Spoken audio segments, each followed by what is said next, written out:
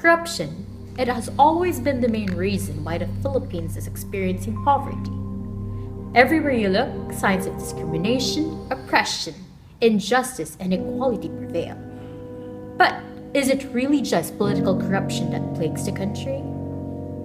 Have you ever thought of the issue of traffic congestion, especially here in Metro Manila, where traffic enforcers accept bribes, the intentional prolonging of road projects in time for elections, and simply those traffic officials who fail to do their jobs?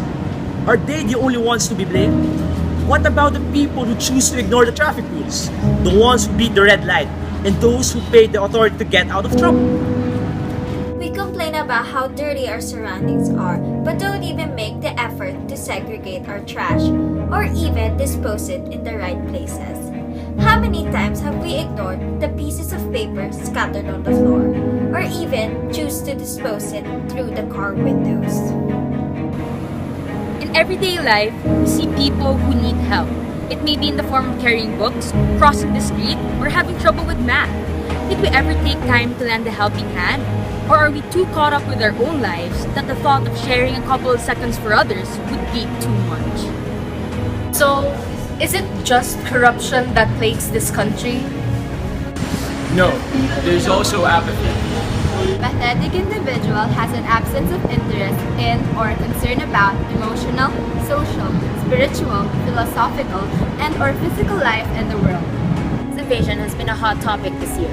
The Bureau of Internal Revenue, or BIR, filed cases of tax evasion to different companies, big names, and government officials.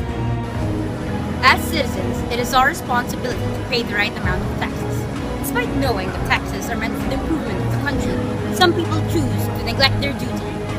Philippine elections, votation. Not all Filipinos vote come election day. Wala namang mangyayari kung boto ko. Pare-pareho lang naman ang mga politiko na yan. Sasalayin ko lang ang oras ko kakapila, mainit pa. Ito ay ilan sa mga reklamo na maririnig galing sa taong bayan tuwing eleksyon. The people have lost interest in Philippine politics because of their lack of trust and belief that their votes can create an impact. Moreover, numerous cases of graft and corruption paraded our television sets every single day, making the Filipino people think that dirty politics is a permanent part of our political system and that they can't do anything about it. Thousands have died due to flash floods brought about by typhoons that regularly visit the country. Water level rises at an alarming rate, especially in highly populated urban areas. Why is that so? Canals, drainage systems, and dams are clogged by the massive amounts of trash that surround the different bodies of water around the archipelago. A body of water sump is used as a place for bathing, washing of clothes, and disposing of personal waste. These practices limit the chances of survival and contribute to the increase of the death toll. Ika nga nila, sabi-sabi lang naman yan, wala namang mangyayari. Titigas talaga ang ulo ng ating mga kababayan. O sadyang wala talaga silang malalasakit sa ating mga kapwa. Yung iba, kikilos lang kung sila na yung apektado. Pero nung kinailangan ng bayan ng kanilang kooperasyon upang maiwasan ang sakuna, ay wala silang maiaambag. Hayaan na lang ba natin ang pagkakawalang bahala ng ating mga kababayan o patuloy natin ipalaganap ang boses ng makabagong demokratikong Pilipino upang may salbang kasalukuyang estado ng ating bansa? Are we to join the bandwagon of indifference, or take on the responsibility in leading the people into serving apart from themselves? As the voice of the new democratic Philippines, we challenge the social norms that hamper the growth of this nation and its people. It's about time that we must influence each other through our concrete actions that mirror selflessness, justice, and compassion. A new democracy is a democracy that listens to the voices of young people for new Philippines. It is a new democracy that champions the welfare of young people in many ways, at any time in this country. In the society, the lack of concern is making people easily manipulated and subject to blind obedience. This is a total waste of democracy. Saan pa ang demokrasyang pinaglaban ng ating mga bayani kung di naman natin ito gagamitin ng tama?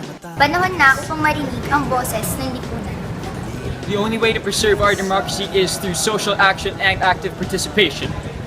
Vote because it's your choice. Vote because you care, and vote because it is your right. Panahon na para ipakita ang kakayahan ng kabataang Pilipino. We, the youth, will serve as a driving force to awaken this nation. The last thing this country needs is another apathetic generation. Panahon nang ituwid ang landas ng ating katahakan. As injustice continues to be part of our system, doing what is right will never be easy. Our goal is to bring back the credibility of the Filipino people in a just and free society. Panahon nang ipalaganap muli ang nasyonalismo. To not lose hope amidst adversity, to have courage in facing reality, to put others above self, to live for a greater cause, to be of service to our fellow Filipinos, to care. It is to love our country. Ayon kay Abraham Sarmiento Jr., isang estudyanteng periodista noong martial law, kung hindi tayo kikilos, sino ang kikilos? Kung hindi tayo kikibo, sino ang kikibo? Kung hindi ngayon, kailan pa? As a nation, As a Filipino, As the voice of the new democratic Philippines, We must fight for what we believe in. we must not conform to the existing state of our nation. We must be the change. This is LC24 ID 114, standing for One cause, one movement, one voice of the new democratic Philippines. I am Dr. Roman Dano, and I believe in the voice of a new democratic Philippines. Dos Santos, and I believe in the voice of the new democratic Philippines.